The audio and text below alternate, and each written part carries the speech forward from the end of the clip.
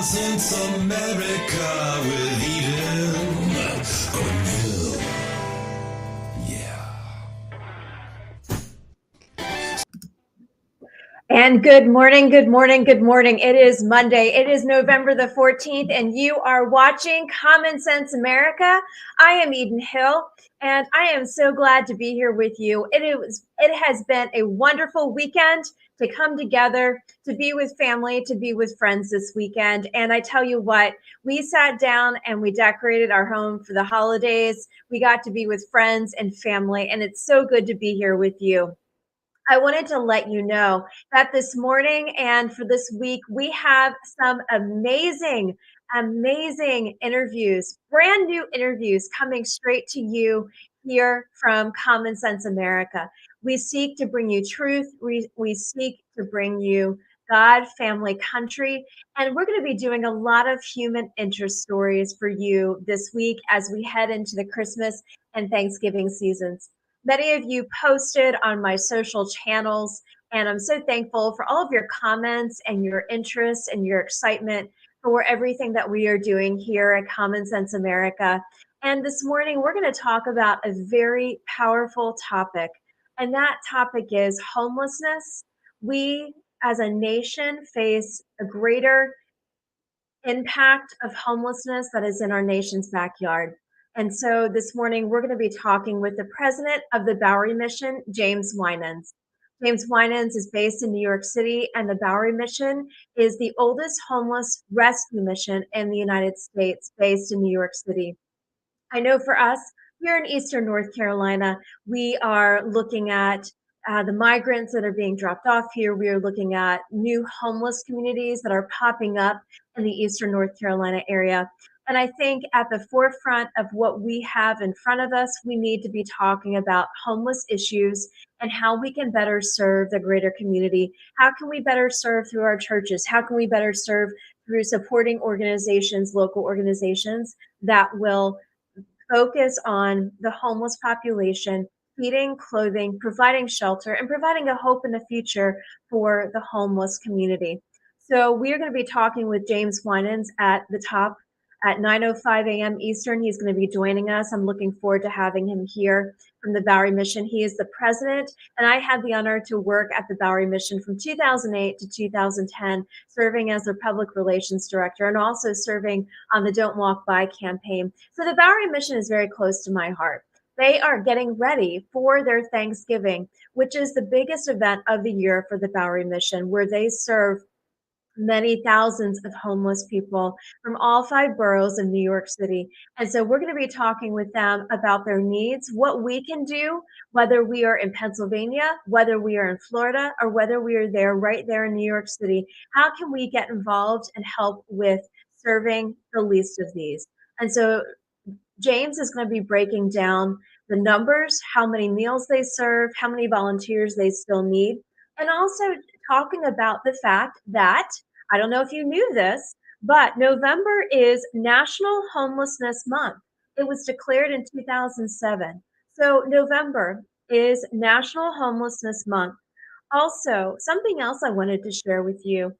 70,000 New Yorkers are currently facing homelessness, and that was on the Bowery Mission's Twitter account. I want to encourage you to go to the Bowery Mission. It's bowerymission.org.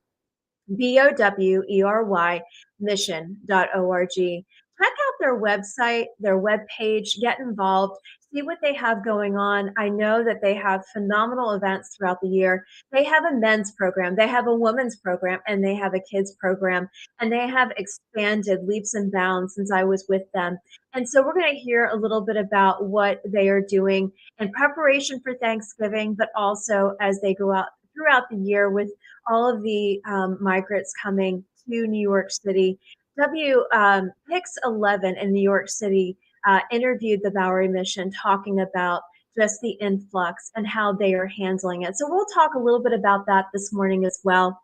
Also, I wanted to let you know that the Bowery Mission this year is celebrating 150 years of service, of shelter, of safety and stability to New York City. And that is quite a celebration and something to be recognized and something to really think about.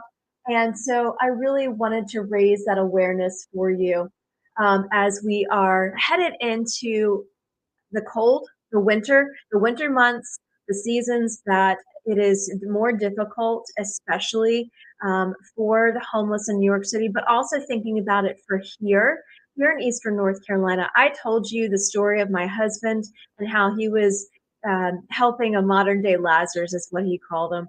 And, we really need to be more alert and more in tune to what is happening in our backyards. And I say that all the time, and I know I'm probably beating a dead horse, but that is very important for all of those who are tuning in on the YouTube channel, on LinkedIn, all the social media channels. Thank you for supporting Common Sense America.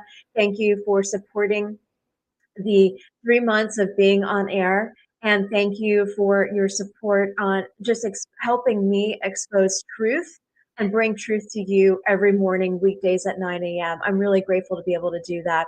For all of you who are tuning in, I would love your comments. If you have comments, suggestions, guest inquiries, and guest suggestions, please send them our way. We would love to have you have your suggestions, your ideas. We are bringing a lot of new faces to the show, and I'm excited to share those with you.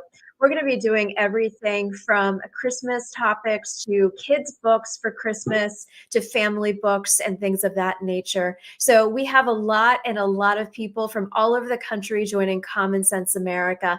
And so we're grateful for your support. We're grateful for all that you have done for our show, and we're grateful for what we can bring to you. On that note, I'm honored to bring over to the show James Winans. He is the president of the Bowery Mission in New York City. Good morning, sir. How are you? Good morning, Eden. It's been a long time. Thanks for having me on. Oh, my pleasure. You look fabulous. How are things going in New York, getting ready for Thanksgiving? Well, this is a big couple of weeks for the Bowery Mission. We've been celebrating Thanksgiving here in New York since the 1870s. And of course, the last couple of years have been extraordinarily disrupted. We're looking forward to something a little bit more normal here in 2022. Oh, good. Well, I opened up Common Sense America with a little history about the Bowery Mission, but I would love for you to share. You're celebrating 150 years this year. I would love for you to share some of your story. I know you've been at the Bowery Mission for such a long time, and just what the Bowery has really meant to you over the years, and just what the Bowery stands for. It's such a beacon of light. We are celebrating 150 years this year. Just last month, actually, was 150 years since Jerry and Maria McCauley began what was called the Helping Hand on Water Street. And that organization grew over time to become New York City Rescue Mission. Jerry and Maria McCauley also had a conversation not too many years in with Albert and Ellen Rulloson. And they began what was known as the Bowery Mission. Now, 5 years ago, those two organizations have joined together under the Bowery Mission name. And very true to our founding, Jerry and Maria McCauley were folks who had lived lives of crime here in New York City. Jerry was known as the River Thief. He boarded boats in the East River at night and stole the goods on the boats and then sold them during the day.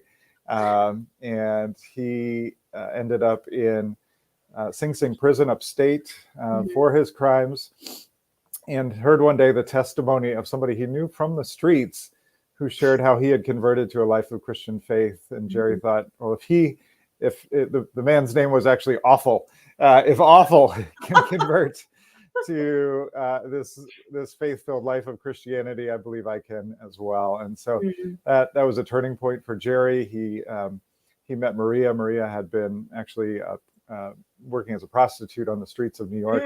She had also similarly experienced a conversion.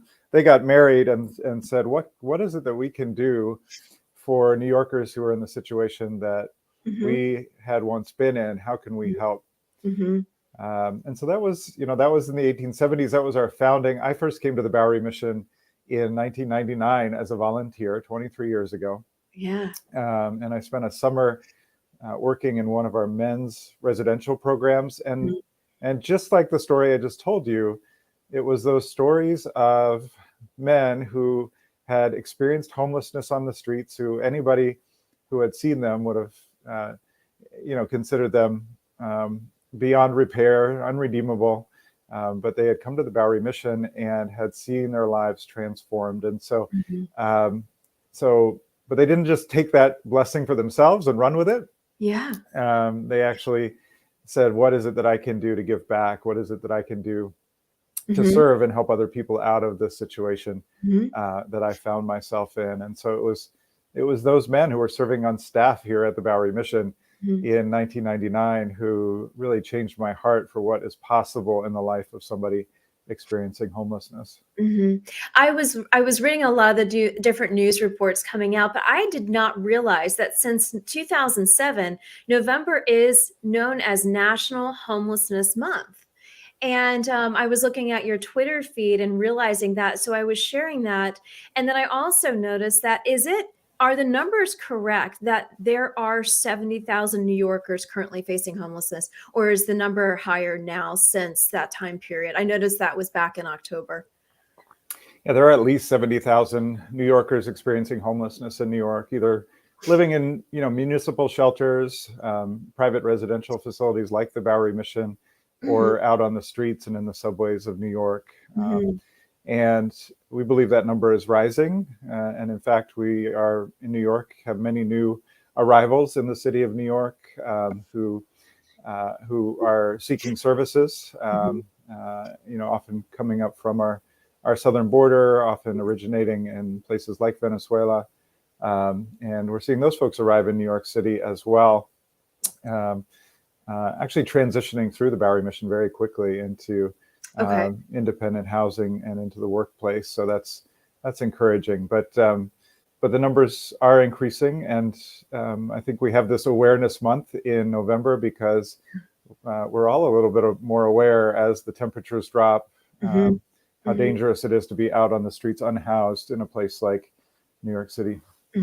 Well, yeah, and that's I was going to ask you about those who are being dropped off. I noticed your interview on Pix 11 and how you talked about just the increase in seeing so many of the migrants coming here from the southern border.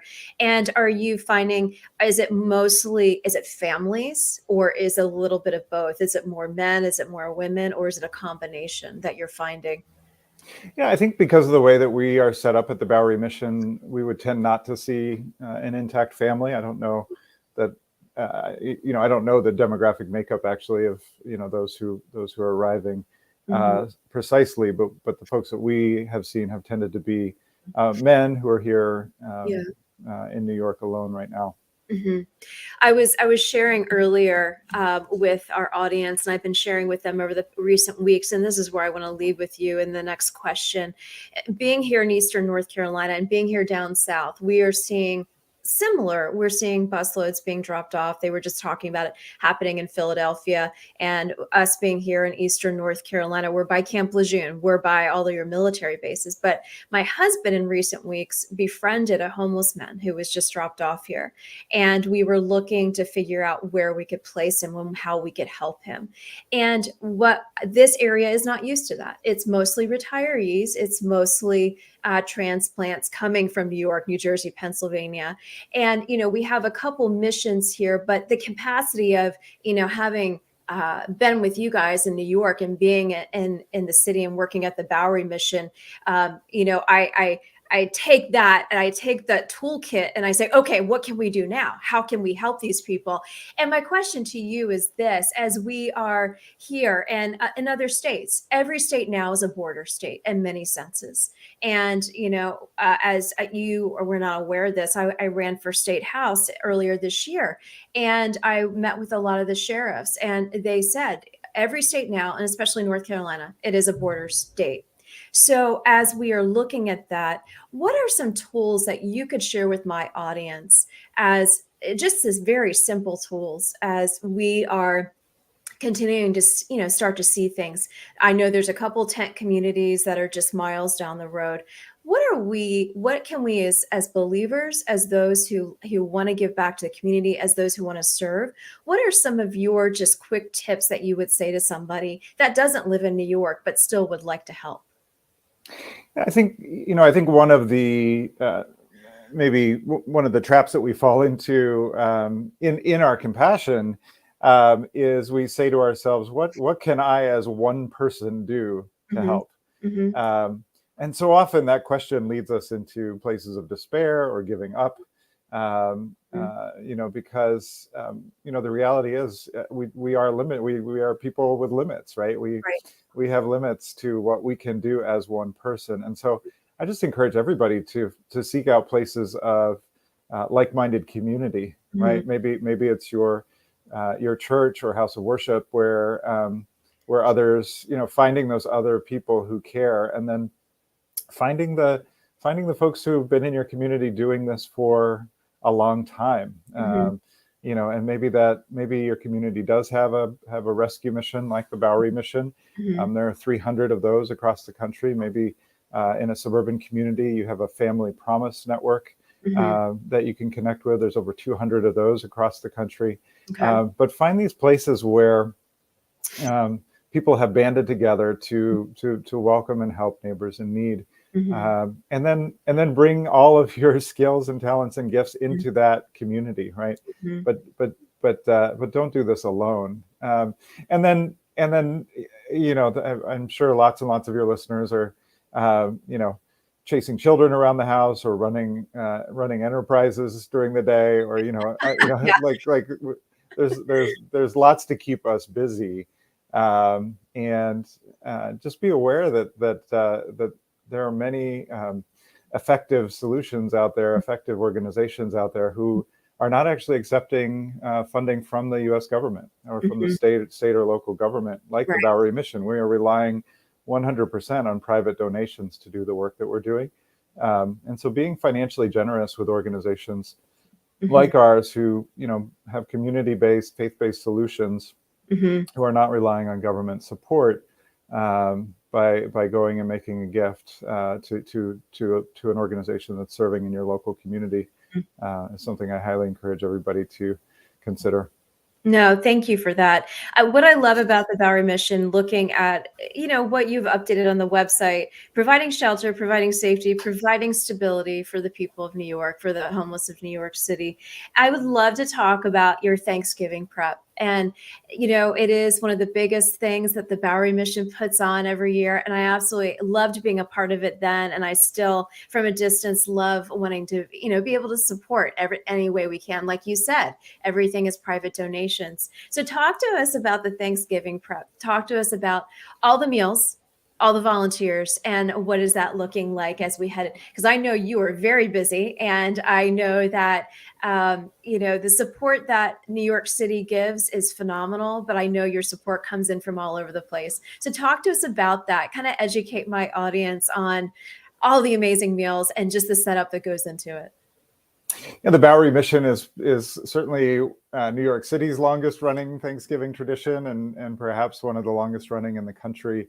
And the Bowery Mission serves a lot of meals every single day. We say here that it all begins with a meal, that the meal is that immediate, tangible sign of God's love that often encourages somebody to take a step beyond homelessness. It's not so much about the meal as it is about the relationship and building trust to come out of that situation of homelessness. And on Thanksgiving Day, we just take that daily act of service and grow it exponentially, making sure that no one is alone on this holiday, which is so much about gathering around a family table. For those without family, we're creating that family table at the Bowery Mission. And so we, over the course of this holiday season, November and December, we're serving 50,000 meals. On Thanksgiving Day alone, we're expecting 1,000 people to sit down at the Bowery Mission Chapel and enjoy food, a full turkey dinner with all the trimmings, enjoy some music, enjoy some encouraging words, in a decorated space that's warm and welcoming and off the streets. And so, we're expecting to serve 1,000 people that day. Today, we have 300 turkeys rolling up in front of the Bowery campus. We're going to be preparing 200 turkeys over the course of the next week and a half, and then distributing the remaining 100 turkeys to families in communities that we serve through our children's program. Wednesday, the potatoes arrived. 2,500 pounds of potatoes that we are going to prepare from scratch. This is not potatoes out of a box. This is potatoes that are peeled and mashed and prepared. And we have the team's already worked ahead on, they tell me 740 pounds of apple chutney. That's a lot of apples. Oh, wow. And a similar amount of succotash. And we're making 600 pounds of stuffing from scratch, 2,000 pieces of cornbread. So we are getting ready for the big day, Thanksgiving Day. And again, this is all privately funded. And so people are going to our website, bowery.org, and making their donations there to make sure this is all funded. And then on the day of Thanksgiving, I'm looking at our latest count here. We have 350 volunteers signed up to come in and serve those 1,000 meals. So, so we're excited about having that group of people here. Let me ask you, are you still getting, I remember all those years that there was such an Amish and Mennonite community involvement with the Bowery Mission from Pennsylvania. So are you still getting a lot of their volunteers and services, and are they providing a lot of the food, and where is all your food coming from? That's right. The Bowery Mission has an incredible 70-year story now of generosity from the Mennonite and Amish communities, primarily, centered in Lancaster, Pennsylvania. Yeah. And these are folks who, run farms and also do food processing activities out in Lancaster County, Pennsylvania. And so, most of the eggs that are served here at the Bowery Mission, most of the sugar that's, included in our baked goods, much of our produce and a lot of our protein actually is coming to us from the Mennonite and Amish communities. And so so that's an exciting source of food for the Bowery Mission that really allows us to stretch every donor's dollar. Yes. And make sure that we can prepare foods as inexpensively as possible. And then we have many sources right here in the city. Whole Foods Market actually is a major contributor of food to the Bowery Mission. Has been for a decade now, offering us the salad greens as they come off the shelf, and the day old breads and all those sorts of things that we put into our daily meals. Also, talk to me about one story over the years. You've been there for so long, but what is one story that just has really impacted you? And the second part to that question is, as you get up every morning, raising your family and living in the city, what has really impacted you to say, okay, here we go again. We are all about serving this amazing community, the very least of these. What has really impacted you in your journey? You asked me to tell one story, and I'll probably tell at least three. That's great. All three. I love them. I love these stories. But, I recently was thinking about a person that we served maybe a decade ago now. And his name is Dahame. And he had come to the city from Morocco, as so many people do, come to New York City chasing a dream. He was working in the restaurant industry. And was working in a restaurant that was actually shut down after 9/11, when the economy downtown was so devastated by that terrorist attack. And he found himself without work in 2002 and entered into the New York City public shelter system. Here's somebody who was in the city alone by himself. Back in the days when an international phone call was a bit of an ordeal, right? And he said to me, James, nobody knew where I was, and I didn't know where I was in the New York City shelter system. And so in a way, Dahame was completely lost at that point. One of our outreach workers came to that shelter, let people know about the opportunity for a men's recovery program at the Bowery Mission. He decided to take the risk and enter into the program. There were some things going on in his life that he was able to deal with in that program. And so, I saw Dahame the day that he actually had made the decision to return to his family out of the country back in Morocco. And we were able to get him to the airport and get him on a plane. And then later, the next day, his counselor received a phone call and could hear his family celebrating in the background as their lost son had returned home. And it's just a reminder to me that no one is lost to God. And the Bowery Mission can be that place where people know that they are not lost. We celebrated graduation earlier this year. Every year we celebrate those who've completed our residential program, who are connected to faith and community and have overcome their homelessness and addiction and are prepared to and have re-entered the workforce and independent housing. And we celebrate those incredible stories every year. Yes. And last year we had a graduate named Daryl who said, he was reflecting on his time being homeless in New York. And he said, the Bowery Mission was the place where they knew my name and they remembered me every single day. And I didn't have another place like that in the world. And so the Bowery Mission wants to be that place where people's names and stories and hopes and dreams and desires are known and cared for.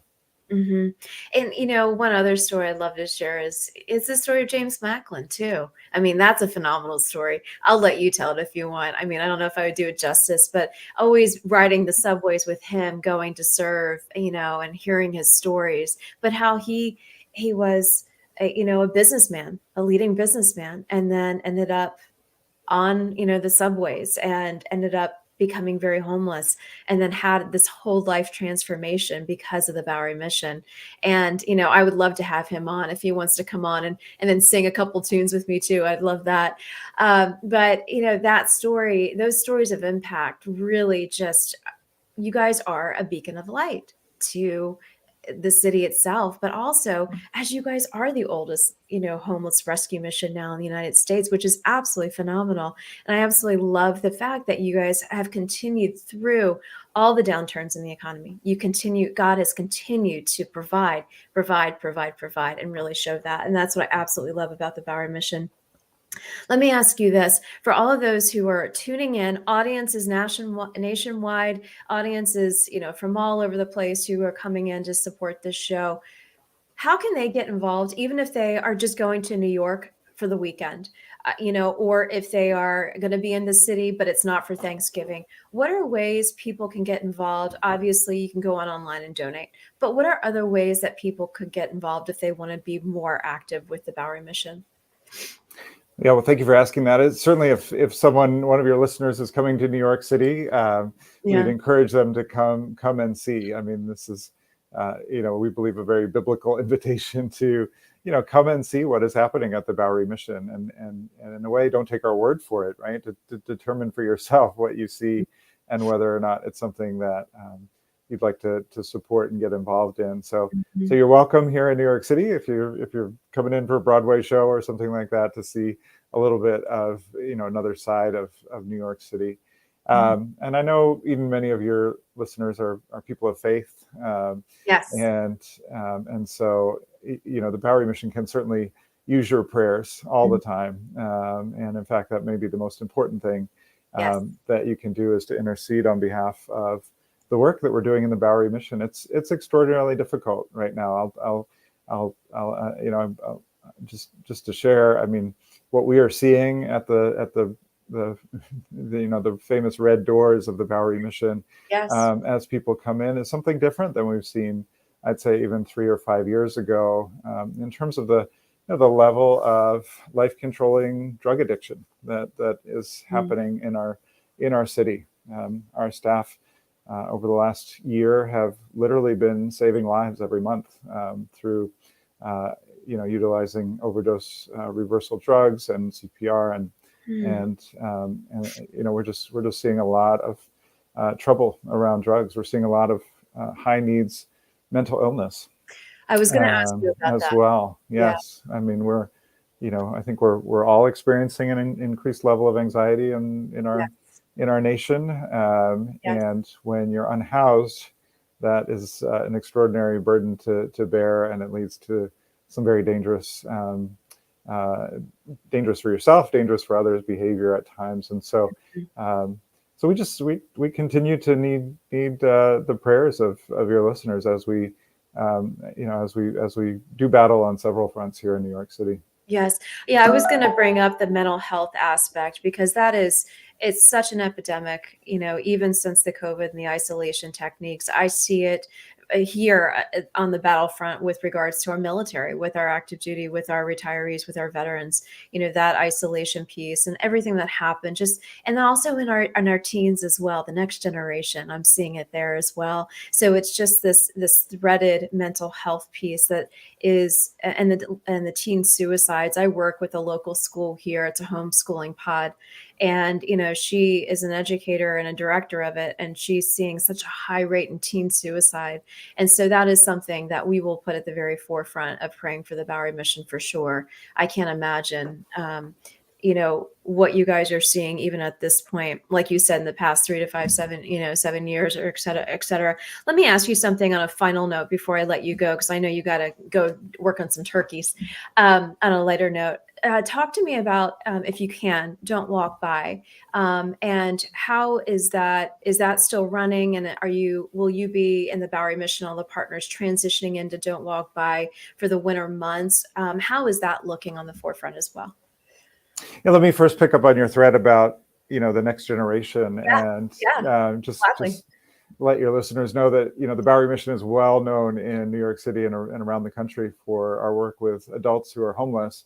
The Bowery Mission, almost as long as we've been doing that, has been working with next generation children and families to do a preventative work and to help families support children in ways that the children will never end up homeless. When a child grows up, we want them to come to the Bowery Mission as a volunteer, not as somebody in desperate need of our services. And so we do provide after school programs. We call them city camps in neighborhoods here in New York City. And then the capstone experience of that year of city camp is actually going out to our summer camp in the Pocono region of Pennsylvania, called Montlon Camp. Montlon Camp has been running for nearly 130 years and is often children's first, real loving and nature-filled experience outside of the city, where they see the beauty of creation and hear about God's love for them. So yes. And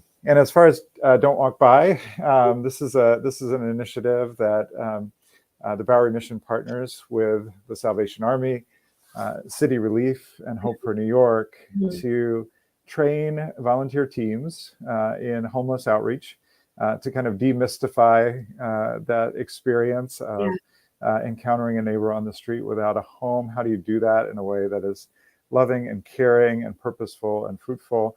And then we send folks out into every single block of the city of Manhattan over the course of a month. We managed to cover all of the neighborhoods of Manhattan and invite people back for certainly a warm meal first, but also medical attention if needed, and the ability to connect into different organizations that might have potential solutions to what our neighbors are facing on the streets. And so we will be doing that again here in the months of February and March 2023, and we're looking forward to serving the city in that way again. Oh, wonderful. Well, James Winans, I am so grateful for your time. Thank you for being here. He is the president of the Bowery Mission. Thank you for joining Common Sense America this morning. As soon as the show ends, I'm going to be promoting it all over social media, getting it out there, making sure we get people to donate and to pray and to get involved. And we look forward to hearing updates. I would love to hear updates on the women's program. We didn't even touch upon that yet, but I would love to have whoever you'd like to come back and just talk about the mental health piece and the kids and everything of those natures. The audience here is such a support of the next generation, a faith audience specifically, and really just focused on wanting to serve and give back. So you guys are kicking off what is going to be a very special 2 months here at Common Sense America. So thank you so much, James. Thank you, Eden. And I encourage anybody listening to go to Bowery.org and learn more. And again, if you're in New York City, you're welcome at the Bowery Mission. So we look forward to seeing you. Thank you, Eden. Thank you, James. Take care. Many blessings to you. Thank you. All right. Bye-bye. And for all those who are tuning in, this is Common Sense America. I am Eden Hill, and we're going to take a quick break, and then we will bring back Young Voices to speak about one of their newest articles in the Daily Caller on social media. So we will be right back. Thank you so much for joining the show this morning.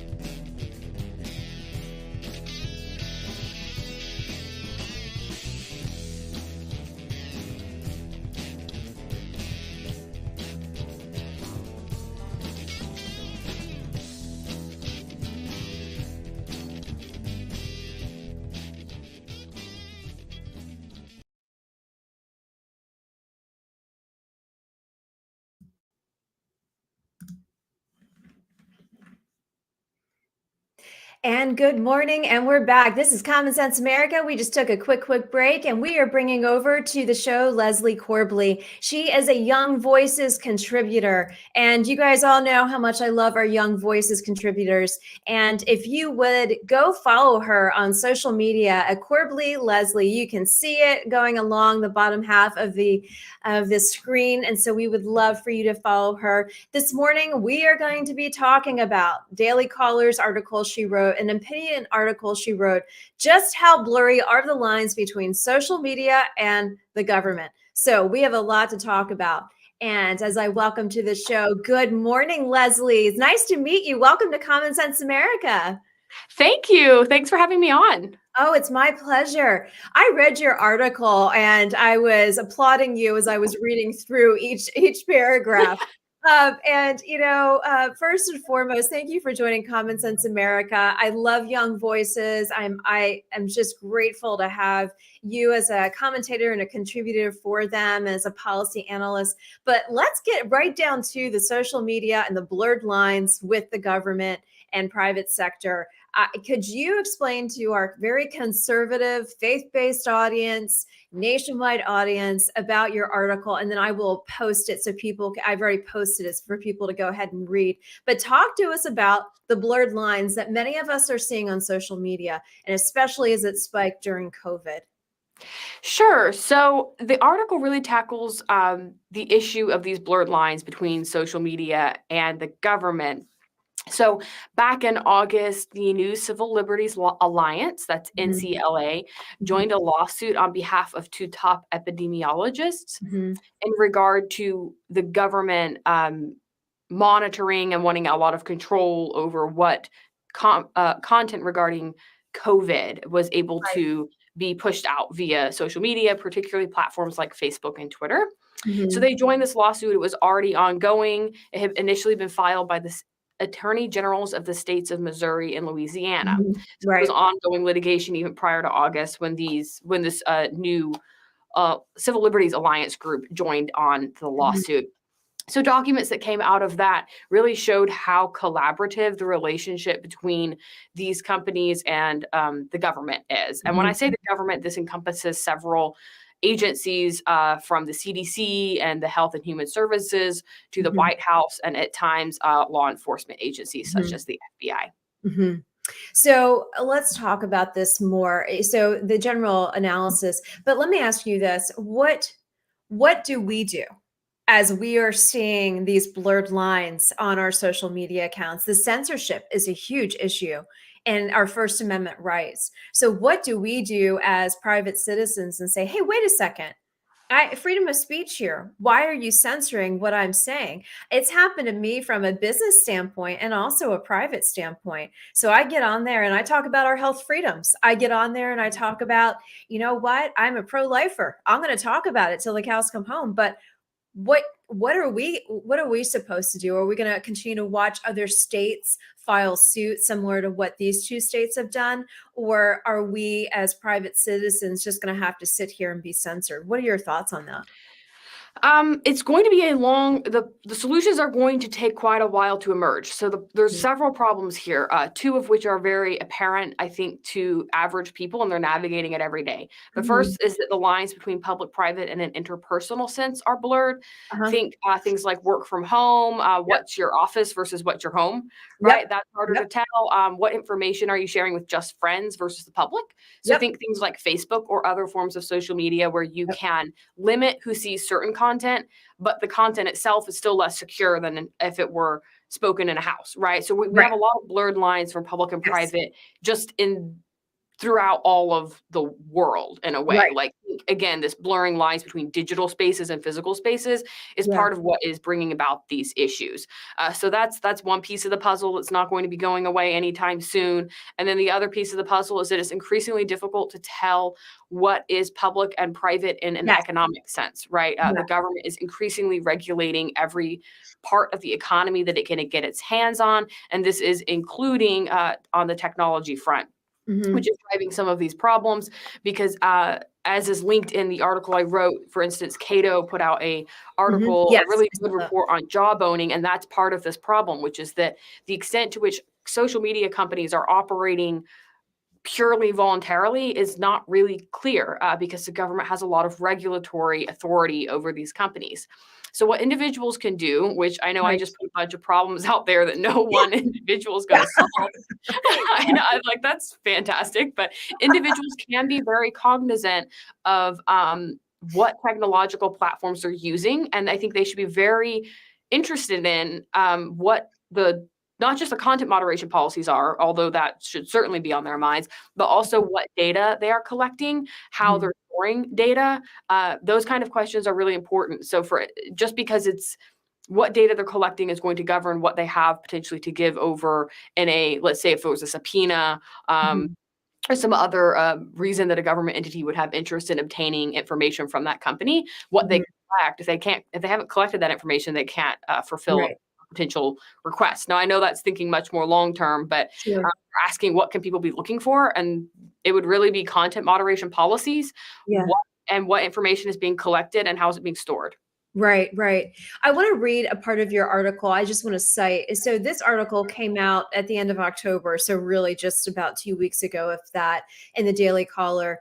And, again, it's a key lawsuit could reveal just how blurry the lines between social media and government have become. And so I wanted to read one of a couple paragraphs. You said the line between big tech's public and private functions are already blurred, like you just stated. Documents released from the NCLA lawsuit shows a disturbing pattern of collaboration between the tech giants and government agents. These documents, combined with broad regulatory power of federal government, show a trend of social media companies operating within government agencies as if they were collaborating with coworkers. That's very concerning. Just even you saying that. For example, as early as February 2020, Facebook was in constant communication with government agencies to assist in managing COVID messaging, including to control any misinformation surrounding the virus. Let me stop there for a second. That's very concerning. And obviously, we are here at Common Sense America. It's common sense to see that was happening. But my concern is those who didn't necessarily see that and who aren't as integrated like you and I as it comes to what's happening in the news headlines, knowing we're being either legacy media is lying to us or we're being told one thing and then we're just going to believe it without investigating it, without the critical thinking piece of, no, this does not make sense. This is not sensible to do this. So I guess my question is, as we are heading into 2023, we saw midterms last week, we saw a shift, and we continue to hear things are going to be changing in 2023, recession, money, everything. It's going to, as Biden said when he first got elected, or as Biden said as he first got elected, it's going to be a very dark, dark winter. And yeah, it is going to be a dark winter in the sense that they are, still trying to control the narrative. And people, really fell into a certain trap during that time period. So as I'm just ranting to you, in agreement with you on the Daily Caller article that you said, my question to you is, and not to put you on the spot, but as you have cited these examples that took place during the COVID piece, what next? What else are they going to be sending out misinformation to and kind of censoring? Is it going to be 2024? Is it going to be what's going to happen next year in this dark winter that they're calling for? What are your thoughts on that? I certainly don't know what's coming next as far as specifics go, but I do think that there is reason for consumers to be concerned about the relationship that the government has to various corporate entities. In this case, it is Facebook, Twitter, those type of technological platforms. Right. So that's where I think that people need to keep their eyes open on these issues, be aware that depending on the corporate entity, they may be engaging in contact in direct contact with the government. So another example of this, because it's not just limited to Facebook and Twitter. Right. As far as like how many companies are now widely collaborating or contracting with the government. Yes. So Ring is a really popular way to manage, sort of surveil your house for basic security purposes.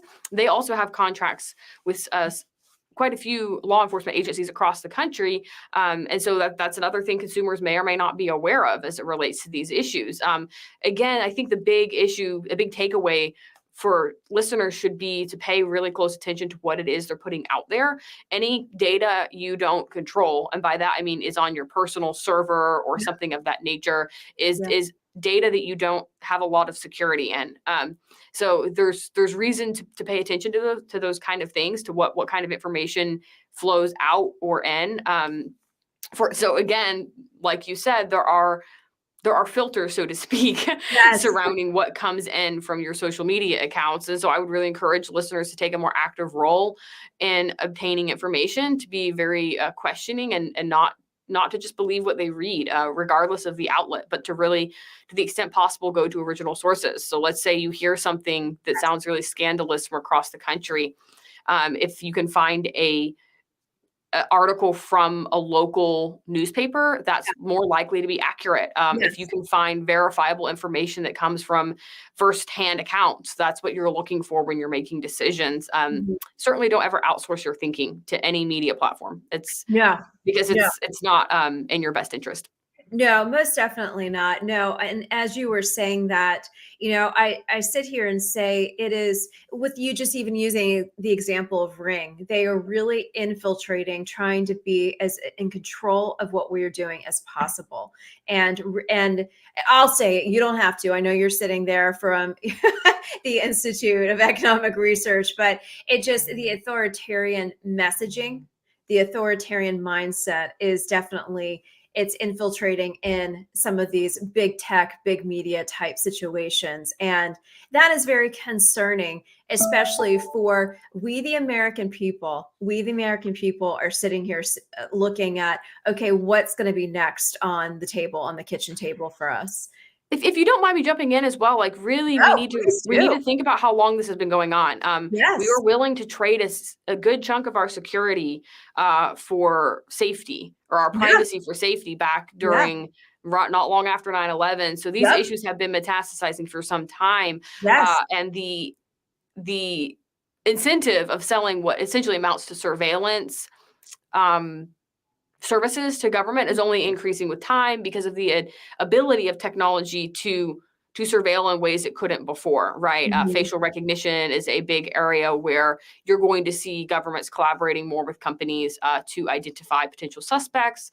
Clearview AI is a prime example of this. Yes. They're one of the top companies in that sphere. So I think we really need to think of how this has occurred over a long period. And while it's going to be a bumpy ride towards any potential solution, we have to look at a long time frame. It's not going to happen overnight. We slow walked into these issues over decades, and we're going to have to do a lot of grappling and figure out what it looks like to get out. On a note of optimism, though, I do think Yes. that there are some things your listeners should be aware of. Like, we talk a lot about, and by we, I mean in conservative movements, there's a lot of talk about, Yes. the lack of strong communities. And I think that that's actually a note of encouragement, is that as the areas in which the Constitution can most guarantee you protection right now is going to be in those in community physical settings, right? Jurisprudence as it relates to how the digital is mixing in with the physical world is much less certain because it's a completely new phenomenon. It's different across a lot of different dimensions, and that makes it quite a bit more uncertain.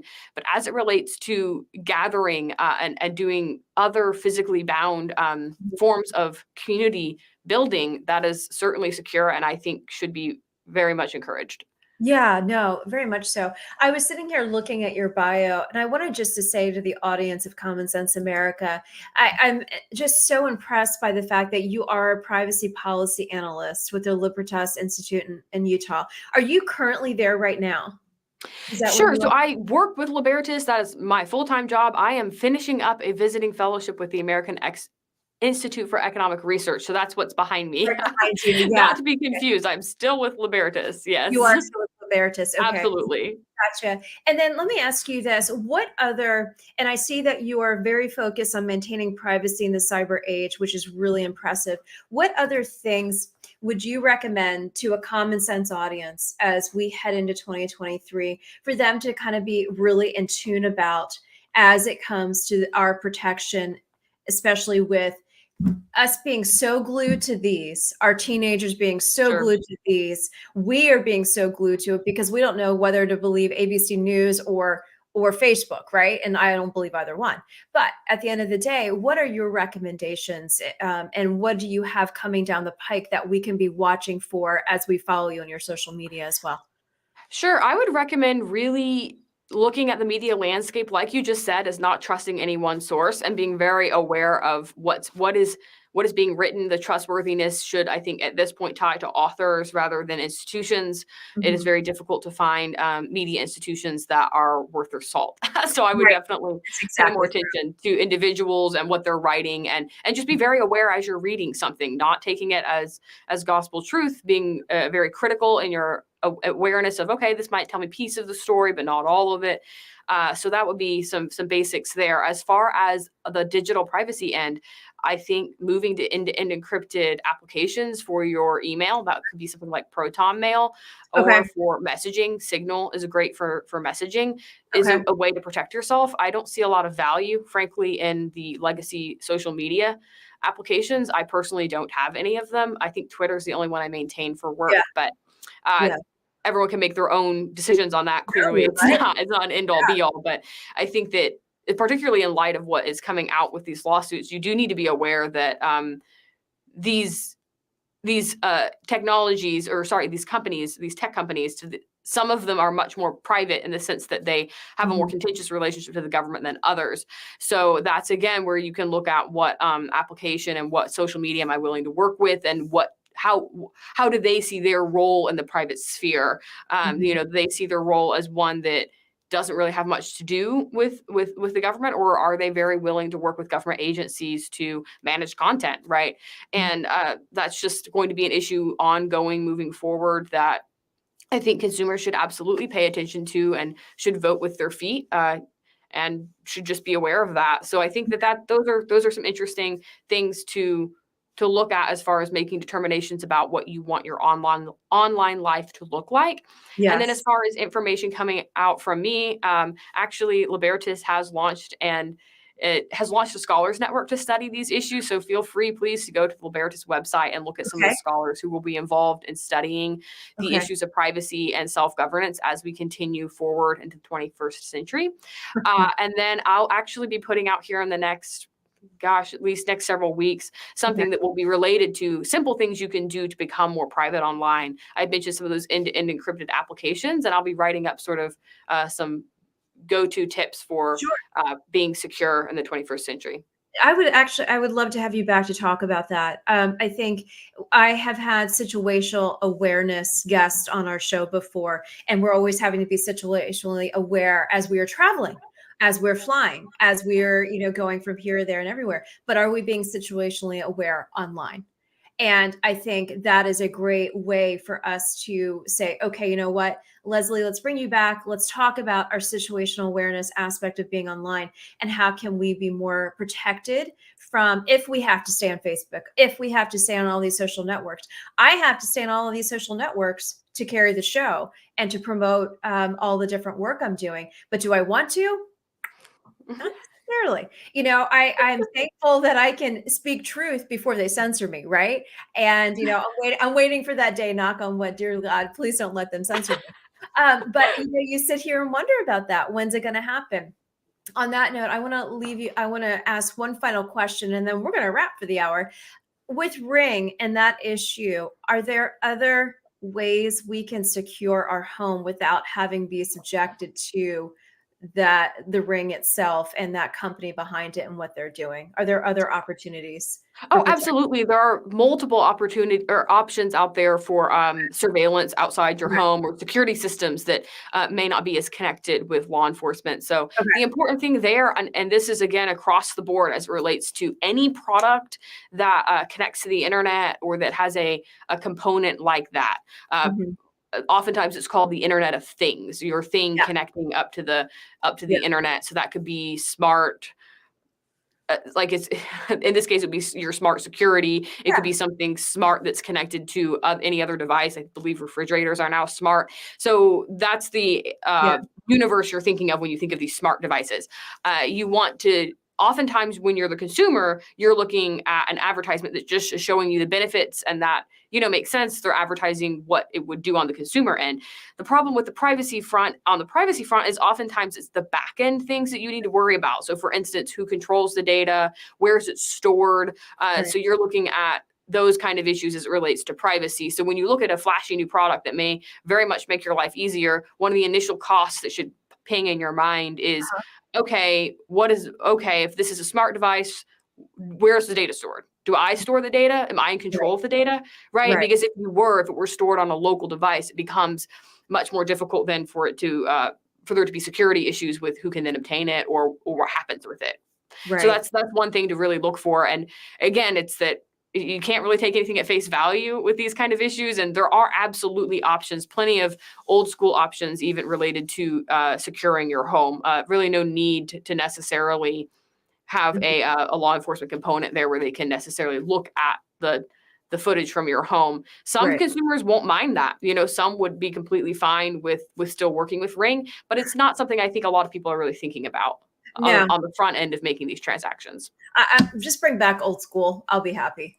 I'll be happy with that. On that note, thank you, Leslie Corbley, a commentator for Young Voices. Thank you for joining Common Sense America. I can't wait to get you back here, and give me a heads up when you publish that article. I'd love Thank for you. us to really break that down again. Have a fabulous week. Many blessings to you, and I will see you soon. Thank you so much for joining. Thank you. All right. Bye-bye. For all of those who are joining, this is Common Sense America. I am Eden Hill, and I tell you what, I just love having our amazing young voices come to Common Sense America. I am so grateful for them. On that note, thank you so much for joining on this Monday, November the 14th here at Common Sense America. Thank you for being a part of our audience and a part of our show. We look forward to having you back. Like I said, Bowery Mission kicked off for the next 2 months, two very special months focused on human interest stories, focused on giving back during this Christmas and Thanksgiving season, focusing on the power of prayer, focusing on the power of bringing people together in a community-oriented, whether it's church, whether it's serving at a homeless mission, whether it is serving in your backyard and opening up your home to your neighbors. But as we head into this holiday season, many more amazing stories like the Bowery Mission coming to you.